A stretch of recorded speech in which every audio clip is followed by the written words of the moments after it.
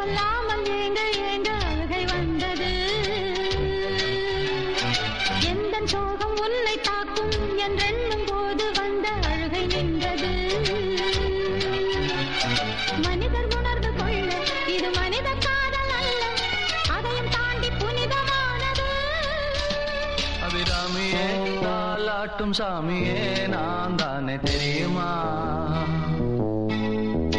சிவகாமியே சிவனில் நீயும் பாதியே அதுவும் உனக்கு புரியுமா?